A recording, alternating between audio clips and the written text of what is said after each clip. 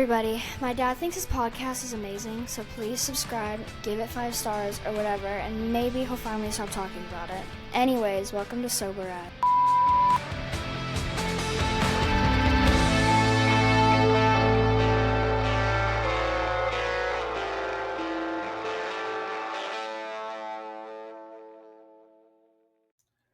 Well, welcome back to the show. I'm Ryan. This is Jess. We are sober as fuck.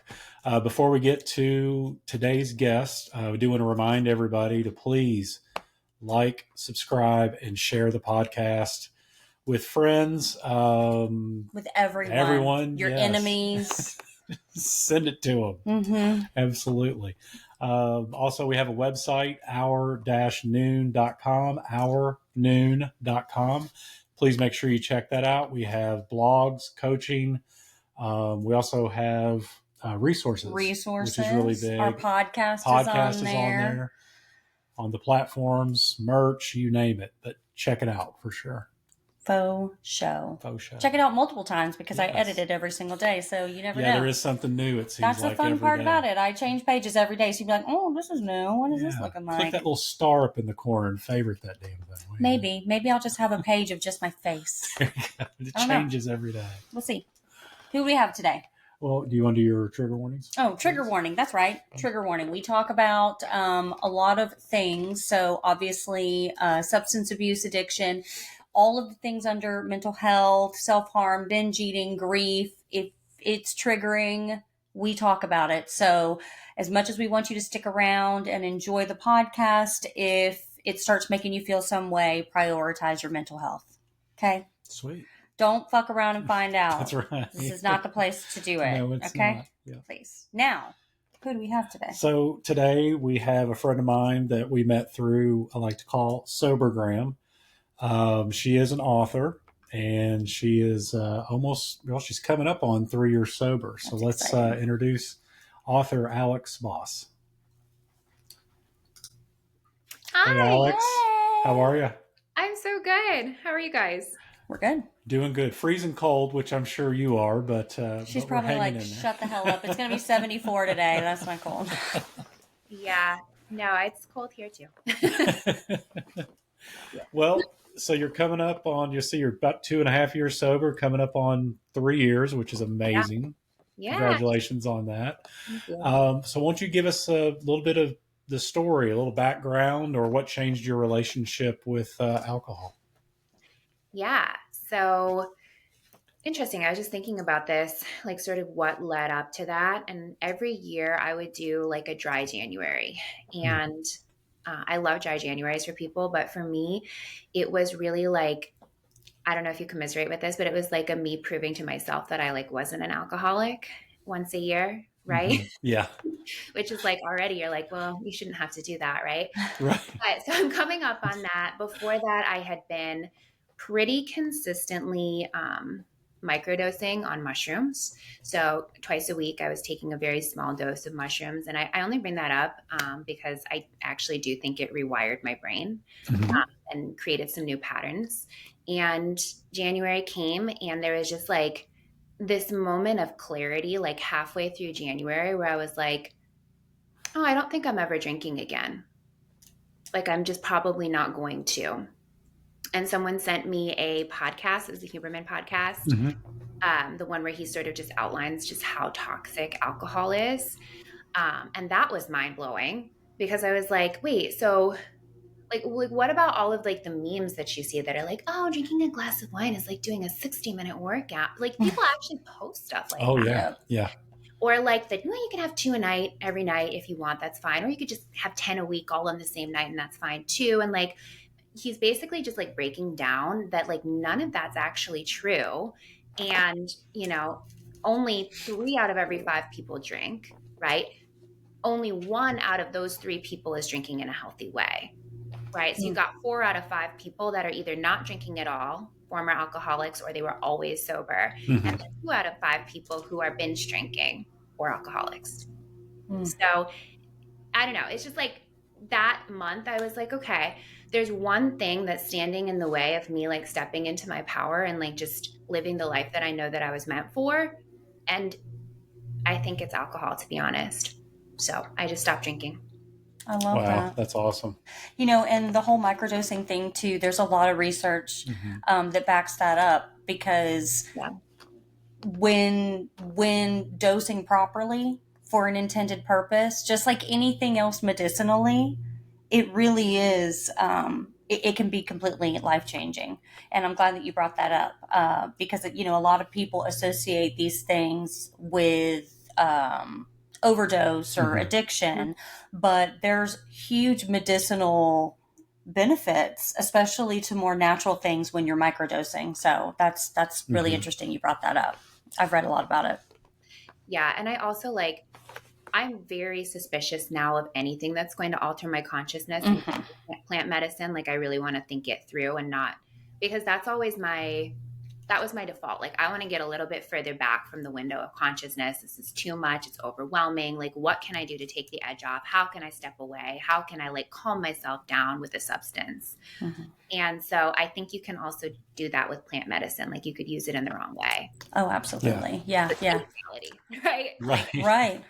Yeah. Like anything else, it needs to be in a controlled environment too. But I can see the switch there, because when you are giving up alcohol or giving up something that has made you so detached from who you are, you do have to pull back. Right. Yeah. Right. In some way, whether it's, through microdosing or meetings or whatever you do, because your perception of where you need to be is completely altered as well. So I always enjoy hearing stories I enjoy everybody's stories, but especially stories like yours where it's not necessarily there's one big thing that led to, because that's mine. Like I never really identified as having a problem. Yeah. Like I could moderate. Today I could moderate.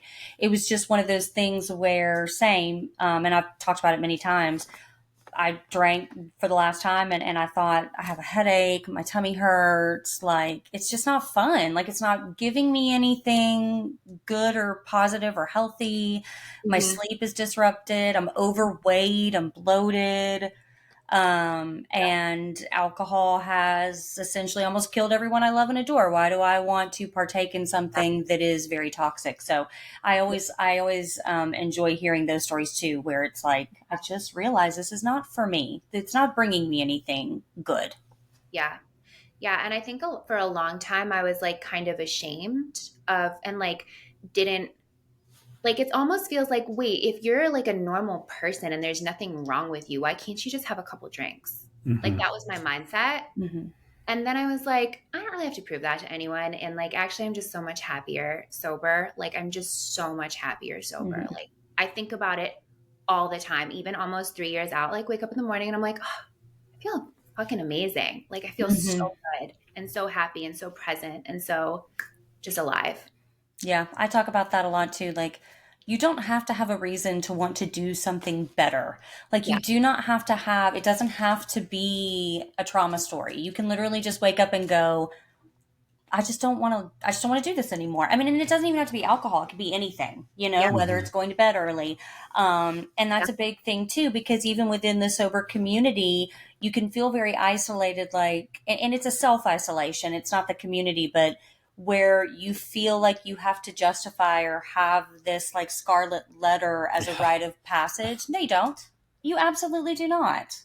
I mean, you can just decide that you just don't want to partake in it anymore. It can be that simple. Yeah. Yeah. Generationally too. I mean, when I told my parents that I was sober, I feel like I avoided using the word sober because it's so oh, so you were an addict and you lost your job and you taboo. Right, there's a stigma. Yeah.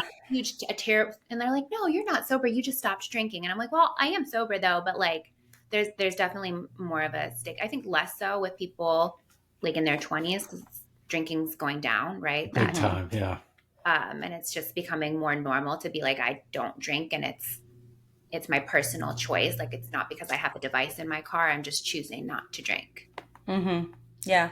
And this is, honestly, one of the reasons that social media is good. We talk about why it's bad, but I think a lot of younger generation, everything you do, everything you say is perceived a certain way too. When I was in college, we could party and we puke on a lawn and act ridiculous, and only the people there knew, and they might tell, but there was no like evidence of it. Mhm. Not that that's a good thing. But it does sort of just automatically make you more mindful. You know, we have a 14-year-old daughter, and we teach her that, like, once you put something out there, whether it be written in words, a picture, you can never honestly take it back. So be very intentional with anything you're putting out there. And again, there's negative to that too, but I would 100% agree with you. Like, sobriety is on the rise, especially people in their 20s. I see them being like, I don't drink. Why? They're like, because it's bad for does you. it serve you? Bad does for it you. serve you? Yeah, they're like, it's bad for you. I mean, to dumb it down a little, but it's like, because it makes you fat, and I have work tomorrow, and no, you know? Yeah. Honestly. It's really, really bad for you. But Yeah, and to what you were talking about, and this is something I actually didn't even think about till the other day when I was with our 14-year-old daughter. We were at a meeting, and they were talking about social media. And the thing is, you know, at that age, you know, people post almost anything, right? yeah. And you don't think about it at that age. But however, 10 years from now, when you're out trying to get a job, what's the first thing you do when you vet somebody? You start looking at social media. It doesn't matter how far back it goes. That's one of the first things they do. Mm-hmm. So literally when you post something, it's like it's out there forever. Mm-hmm. I never really thought about that till then. I mean, Yeah. thank God. I mean, I'm 49 years old, so I can't imagine the shit I've done had it been on social media. Mm-hmm. If I would even have the job I have today, because it's just one of those things I don't even think about, and let alone, you know, someone that's a teenager, or you know somebody that's in college or whatever. You know, I just don't know if people think about that enough. I don't know if it's taught to anybody. It's just that was a shock to me. Yeah, and you know, you have to be in that gray area too, because at the same time, you don't want to have to build up a perception of what you think people Right. want you to be. Yeah. So I think it's about teaching, like, because I mean, side note, I post a lot of very what some would consider controversial political things on my non-dominant side, this side of things.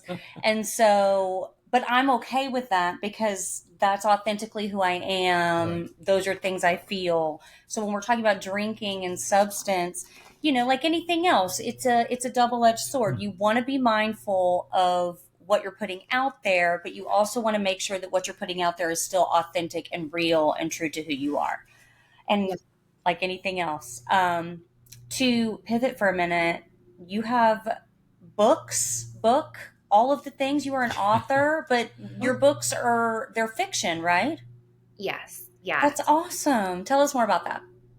Yeah. So I started writing actually also about 3 years ago. I'd written a couple of novels before that and did not publish them. I wrote them in my early 20s.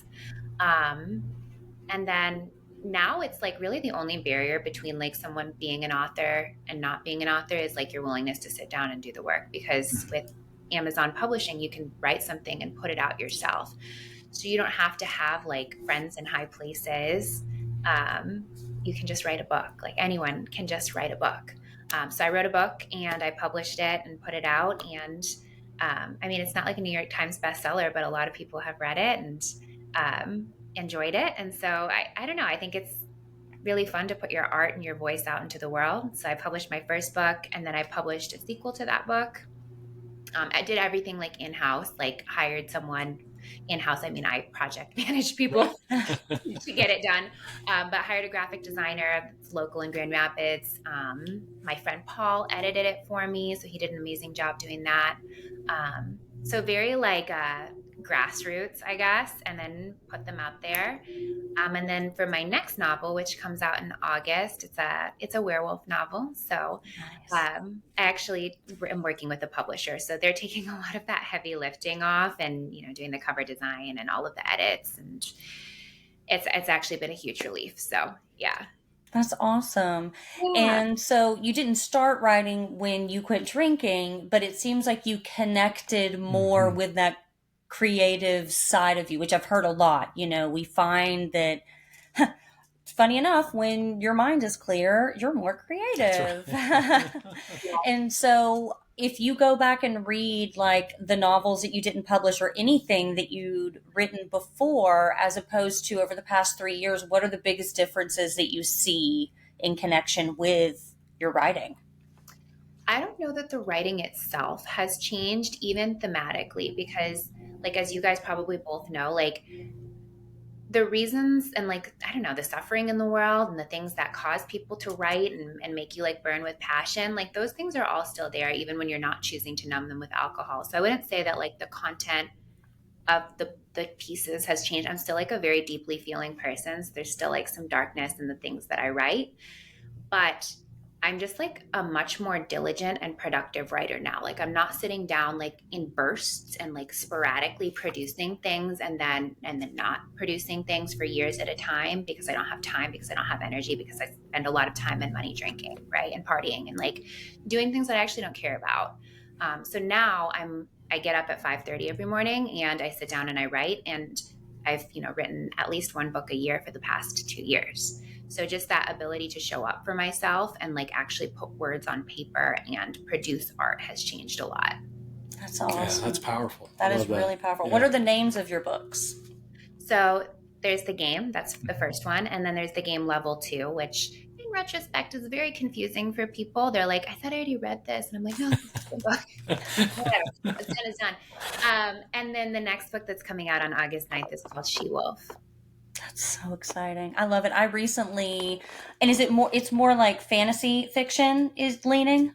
It's like fantasy light, I would say. So like, Okay. I call all of the work that I do speculative fiction, which it means that it's like set in this world, but there's like a twist. There's an element of that supernatural or science fiction.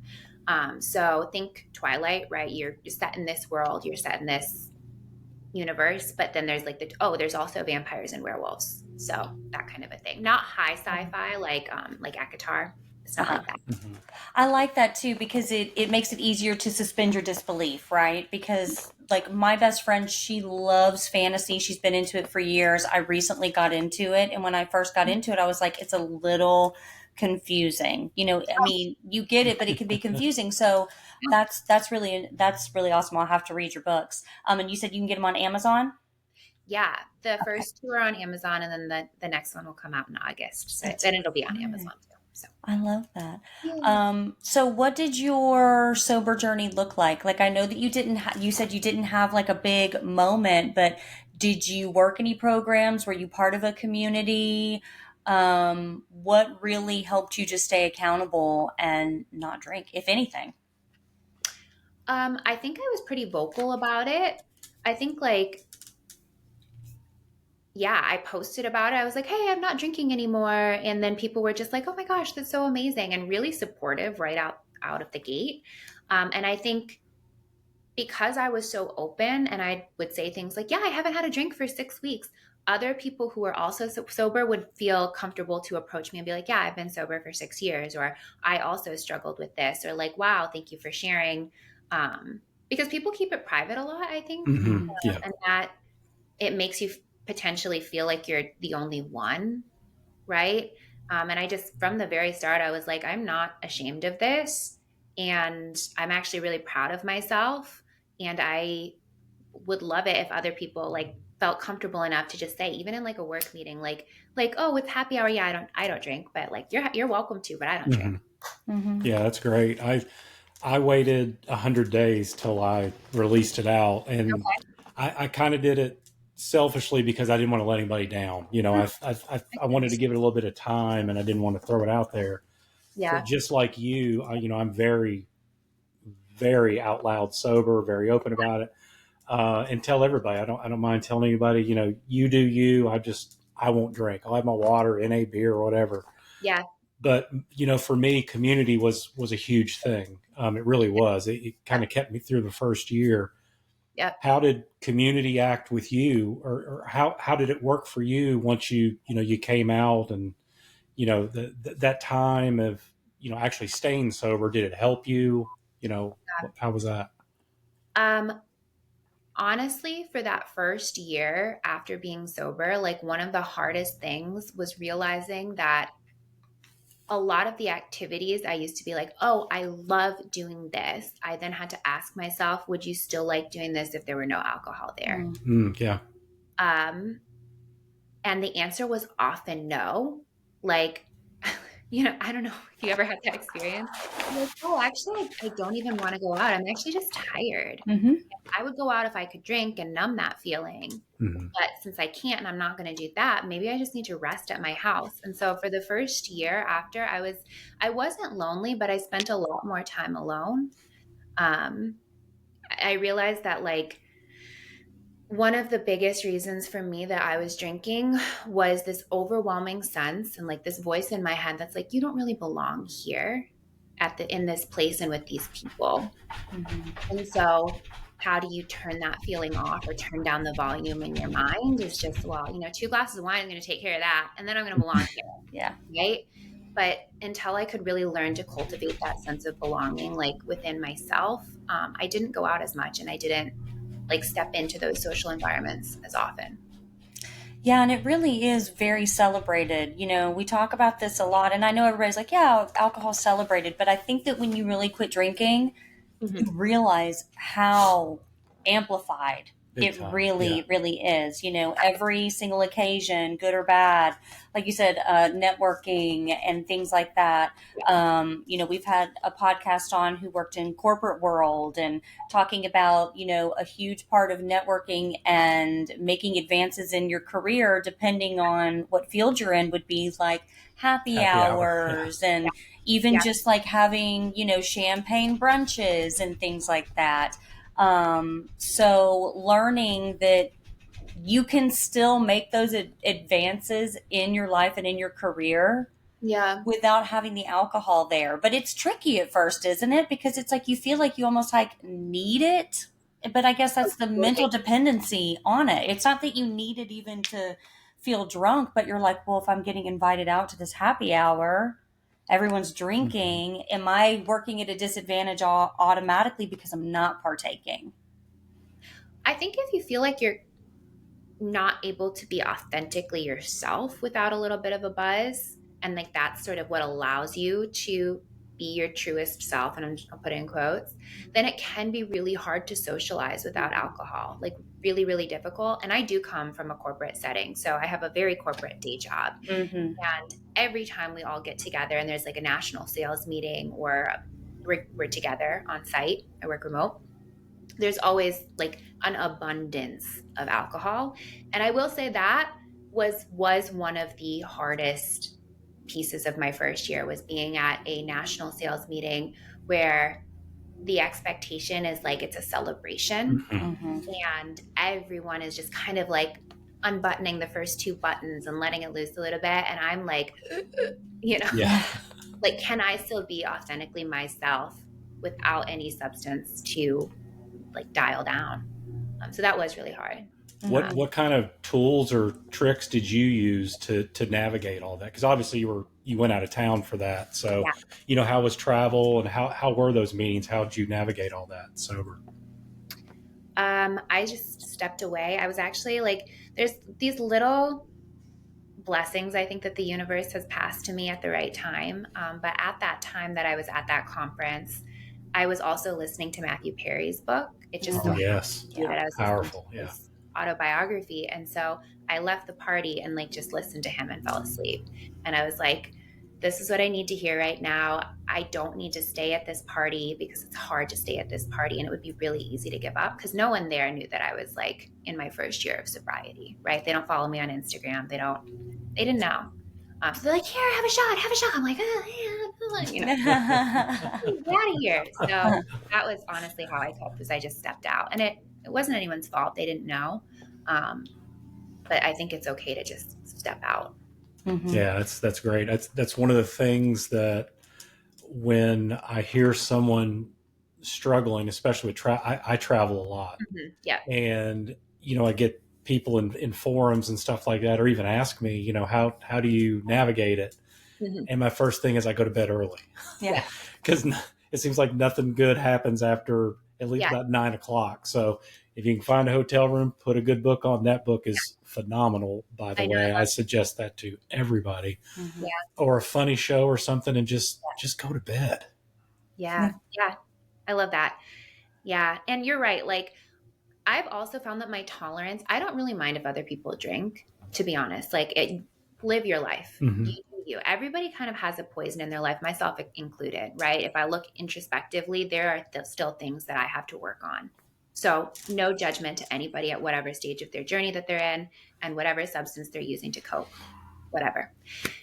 That said, I have a less of a tolerance now for people when they've had those 6 drinks. Mhm. Like, Yes. it's not fun for me to be there anymore. Like, I'm like, you know, that thing that everybody thought was really funny. I That's didn't think right. it was funny. Uh-huh. Or I remember that story when you told me 3 times ago, because I've already heard it 3 or 4 times. I'm like, 100%. God, get me out of here. Yeah. You're just like, you're not on this, like, literally vibrationally, there's just the Mhm. gap just opens up and you're like, okay, I gotta go. Which is why I say, like, it's not a non-negotiable that I wouldn't date someone if they weren't sober, but I don't like being around people who are very drunk. So, Mhm. like, if you're the type of a person that you're like, on weekends, I like to get really drunk, probably it's just not going to work out. Yeah, I get that, because it depends on where they are on that spectrum. You know, it's a spectrum for everybody. 100%. Like, we don't mind people drinking either. I mean, I remember when he first got sober, it was like 6 months after you got sober. And I was still drinking. Like I said, I could always moderate. And we were at a restaurant. And he was like, just order the damn margarita. Like, you keep looking at the menu. Like, what are you doing? And I said, well, I just want to be like cognizant of you. And he's like, that makes me feel like I'm working at a disadvantage. Like, don't tiptoe around me. Like, do what you want to do. And I feel that way too with drinking now. Like, when people are like, is it okay to drink? I'm like, of course it is. Like, I'm You put it in your alcohol. body, go ahead. Well, and alcohol is not the issue, right? Like, drinking and your relationship that you have with alcohol is a symptom of what the problem is. Yep. So that's why it's like, I don't mind anyone drinking, but I'm the same way. You know, it gets to a point where you're like, drunk people get annoying. They just get loud and over, you know, I'm neurodivergent, so I'm like, I'm overstimulated. And I don't like to repeat myself, and you've asked me the same questions, and it's, again, same thing, no judgment to anyone else. It's just not my scene anymore. 100%. And we definitely see that a lot. Ryan's journey was a lot different. You know, he was a very heavy drinker, a lot of like rock bottom moments and things like that. And he used to drink heaviest during like sporting events. And so now it's funny when we go to sporting events, he'll look around and he'll just be like, oh my gosh, was I that annoying? I'm like, worse. Yeah. And we always find the humor in it too, because some of our best memories are from when we were drinking. And that's why we have this podcast, is you have to be able to find the beauty in that as well. What's the biggest like transformation you've seen? Maybe not even rooted from quitting drinking, but you know, no matter where you fall on that spectrum, alcohol clouds your mind, right? Like, you're not ever fully able to connect with yourself, even if you're just a social drinker. And so what sort of aha moments or like moments clicked within you that you learned about yourself? Because you do, when you get rid of that, you sort of fall back in love with yourself. You're dating yourself for a little while. Yeah, I think I just noticed how much space that alcohol took up in my life. Financial space, caloric space. It stole from my sleep, right? Every night I wasn't rested because it steals from your REM sleep. Yeah. And so when I stopped drinking, like, I just really noticed how much space I had to exist in, just like this amazing spaciousness for myself. Yeah. But I've like saved so much money. Isn't that wild? So much time. I have pretty much immediately like lost 10 pounds. Like, I wasn't trying to lose weight, but it was just like, oh, and part of that wasn't even the drinking. It was that I'm not skipping going to the gym the next day. Right. Right. Like, so it's not even, because I would do that. I would really baby myself. I'd be like, oh, poor thing, you're hungover. Do whatever you want today. Have some pizza and a nap. Myself. We can skip yoga today. It's okay. That's true. Like I'm a big believer too in like, you treat your body well and it will naturally fall where it needs to be, very body positive and all that, even though I did say fat earlier in the podcast. That is not what I meant at all. But you're right. Like losing weight non-intentionally is your body just sort of letting go of all of the extra bloat and literal fat, like in a bad way that you built up. You don't realize it. We look back at pictures of us from a few years ago and I'm like, oh my don't even recognize and it's I mean, it's the weight, but like it's more like I'm like, we look so like puffy and sunken in and just sort of like, it's like you look bigger and more gaunt all at the same time. And it is an overall energy and vibe too. Now, I'm going to ask you something, and I normally don't ask these questions, but I already kind of vetted you for it before we came on. And you said something funny, so I have to ask.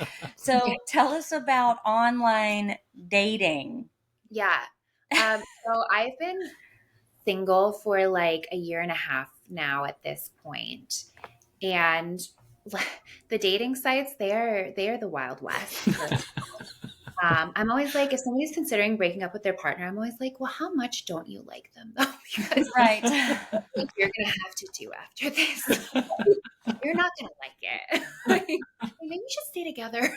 So it's not great. Like you kind of just have to put in the work of going on date after date after date. And because I don't drink, and drinking was like honestly how I used to get through these first dates, because I'd be like, you know what, I'm gonna hate this, but I'm not going to hate it as much, like, that's right. So now I'm like just sober, like having a coffee with these lovely people, but it's just, you're not connecting with them. It has nothing to do with who they are. Right. Yeah. And it's a struggle. So I've been on literally, and I'm not even joking, this is not an exaggeration. Like in the course of my dating life, I have been on more than 200 first dates. And I've met a lot of very interesting people. I've met a lot of like kind of awful people as well. Mm-hmm. But doing it sober, like I've ended a date after like 25 minutes before I've been like, well, oh yeah, my tea is done. It's time to go. On the zoo. I know. Yeah. I do not miss dating at all. No, at gosh, all. no. I'm such make it work. Right. Well, my best friend in the whole world, we've been friends for far longer than he and I have been married. And so we already have this contingency plan that I'm like, if this doesn't work out, we are platonic life partners forever. I may have to marry you for your health insurance. But you can pretty much do whatever you want. And she's like, deal, because she's been, happily single pretty much since her children were born 20 some odd years ago. So, but yeah, and I'm such an awkward person too when I date, again, because of my like ADHD and my OCD and things. I'm either going to tell you everything in one sitting to where it's so awkward, but I can't stop, or I'm going to be the weirdo in the corner, like not saying anything. So I usually default to the overtelling, because I'm like, here is all of my awkwardness. Yes. Do you like it? No? Okay, then it's okay for us to just move on. Yeah. So yeah, I sympathize with you on that one. But with dating, with any relationship in your world, like you talked about your parents a little bit, but did you have with your like inner circle, did you have a lot of support when you quit drinking? Were there relationships that fell off? Like that can always be a little tricky. There were relationships that I realized that were really centered around drinking and partying, that were no longer serving me. And it is like, I do grieve those relationships. I do. And I even grieve like some of who I was when I was drinking, because there was like at times like a lightness about me, and just like something that, I don't know, doesn't come up quite as much anymore. But overall, I'm much happier now. But no, yeah, there's definitely people that I choose not to interact with in the same way and don't have the same amount of contact with as before I stopped drinking.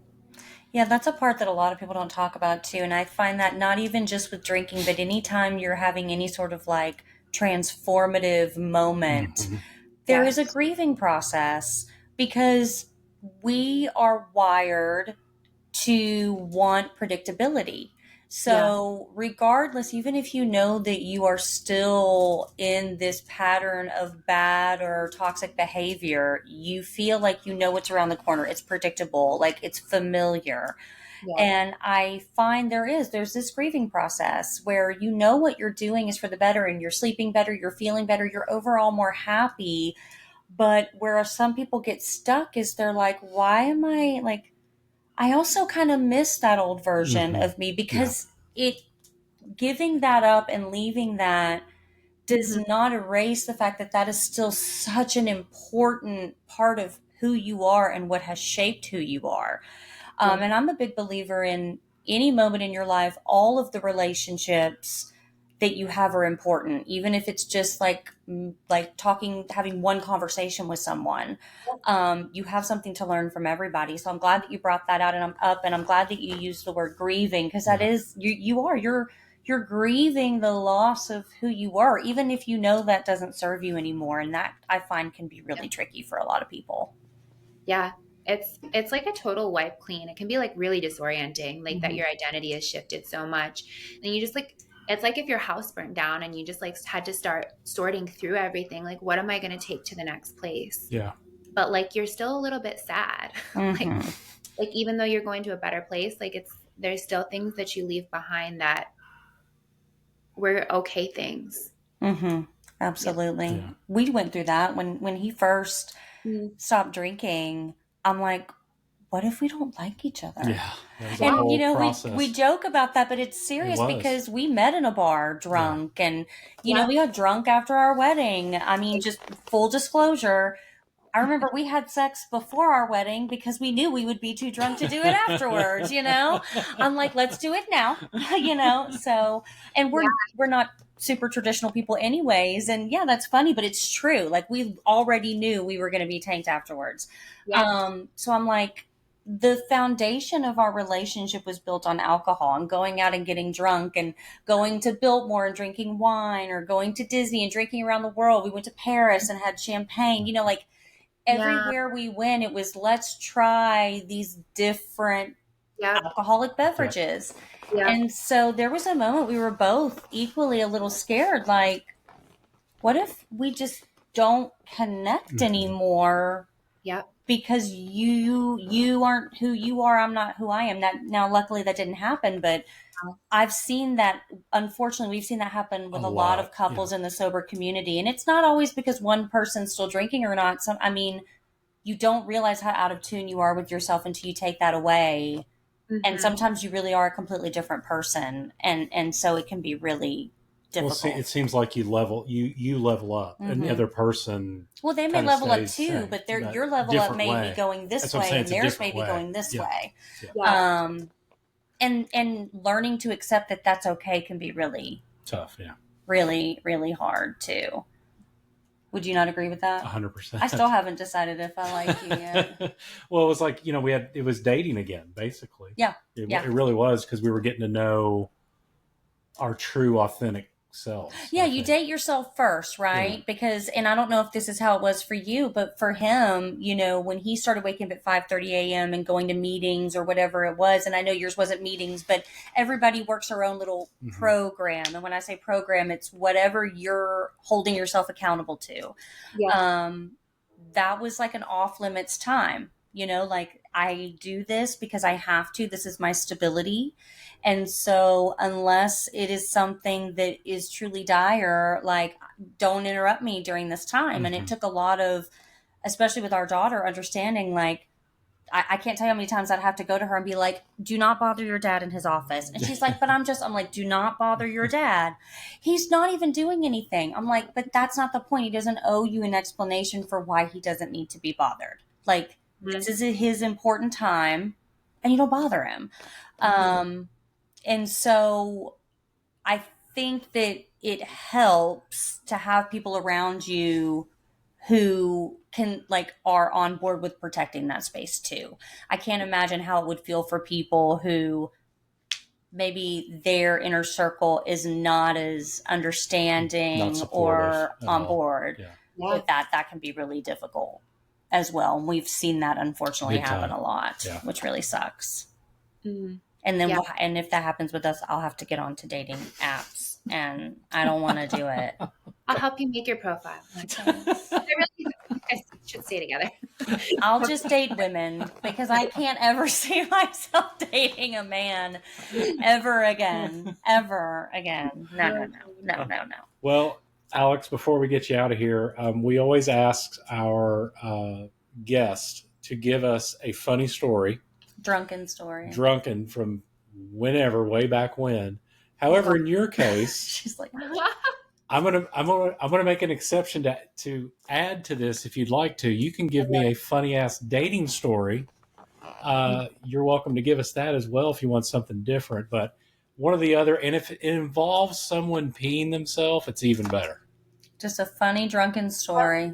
A funny drunken story. Nothing comes to mind. I do have a funny dating story, and it was probably the worst first date I've ever been on. Oh, let's hear it. I'm excited. Okay. So mind you, this is like 1 out of 100 people, right? It was absolutely the worst.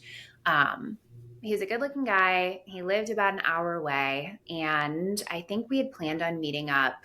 And this was when I was still drinking, by the way. So there will be some alcohol involved in the story. Nobody peed, I hope. So he's coming from like an hour away. But what I didn't realize was the night that I had asked him to drive out to meet me for this first date, there was an event in Grand Rapids called Shop Hop. And it's like pre-Christmas, and there's like a little trolley, and like you get on and off the trolley, but like it's a zoo, and like Grand Rapids usually isn't a zoo, right? You can usually like walk into a restaurant and get a table in 30 minutes, right? But on this particular night, everything was just like booked. We didn't have a reservation. I'd just been planning on getting tacos somewhere. So we end up just walking into a bakery, and I'm like, I'm so sorry. I don't think that there's going to be like a place for us to eat dinner. And by the way, like the very first like time that I looked at him, I was like, oh, it wasn't going to work out. Like he's really awkward. The first 10 minutes are bad, but he's driven like an hour. So like, let's at least spend a little bit of time together. Mm-hmm. So we walk into this bakery. I'm of course like, oh my God, they have beer. Perfect. He gets like a hot chocolate and a blueberry scone, and like the scone is just like falling all over him. And we're having this conversation about his job, and he was like, well, I actually applied for a new job today. And by the way, I've already gotten like big time serial killer vibes. Like I'm like, something different. Home from this date, like I can't let him see my driver's license, all of the things. But it's just like going through your mind as a woman who's like single and very vulnerable, right? And so I was like, well, what job did you apply for this morning? He's like, I'm so excited. I can't wait to start. I am going to be the person who goes to collect dead bodies. And I was like, he was like, yeah, and some of them are going to be really gross. Like they sometimes get left there for days. And I was like, I have to go. Like right now. I don't want you to walk me to my car. I got to get out of here. I got to go. Yeah. Good looking guy. He seemed fine when I was talking to him. I like weird people. So sometimes it's hard to find that right kind of weird. But this was the one that I was like, I really think you could kill me. I'm not going to make it. I'm not going to make it. And I'm getting a little bit drunk. So I got to go. So yeah, that's my worst first date. Oh my gosh. I like weird people too. And my mother had a very morbid sense of humor, but there is a way to deliver that, Oh my God. So excited about this new job. And like his current job was like Chinese food delivery, which totally fine. Yeah. I was like, we like to do that. That's great. Sounds like an episode of Dexter for sure.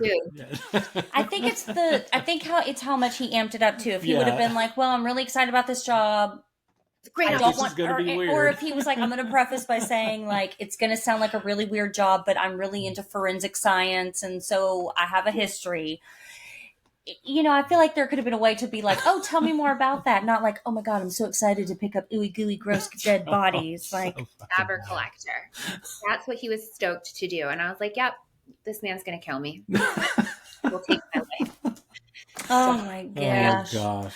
That is a good one. Well, you'll have to private message me his name because now I'm like, is there? I go out with him. right.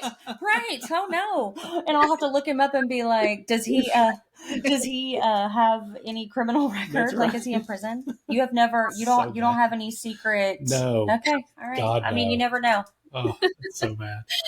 Well, Yeah, I'll private message you. I think I have screenshots like for clarity's sake. I'm like, I have to know. I got to look him up. I got to background check him now. Yep. well, Alex, thank you so This much was for joining great. us today. This was a lot of fun. We appreciate it. Do you have any, other than the book that's coming out in August, do you have any other upcoming projects that you're working on? I'm already started with the next book. So Oh, hell yeah. yeah, halfway through. It's still a little sci-fi twist. It's called Alters. So it's set in the future and it's kind of Black Mirror vibes is what I would say, but not sci-fi. So Sweet. That's Yeah. awesome. And are you on Audible at all yet, or just you are? I see you So shaking. this next book will be on Audible. Yes. Hell yeah. The first two that I put out were not. I just honestly just put out the paper. And I don't even think you can do a Kindle for the first two. But She Wolf will be an audiobook, and it'll be a Kindle book, and it'll be a paperback and a hardback and all the things. And yeah, I'll let you guys know as soon as it's Absolutely. We're Absolutely. excited. We're going to have, I'm going to be creating a page on our website, and I'm going to be featuring any guest who is an author, and I'm going to be featuring their books, and I can link your Amazon storefront and all those things. So that's all coming soon. So we'll be happy to do that. That's right. Very good. Yeah, this has been a pleasure. Thank you so much for having me. Thank you Thanks, for being Alex. here, We Alex. appreciate This has it. been great. We'll talk to you soon. Talk to you soon. Right. Thank you. Bye.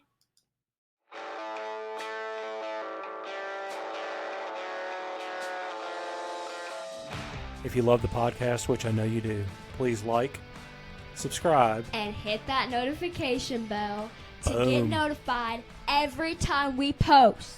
That's right. Dropping them, baby. Word.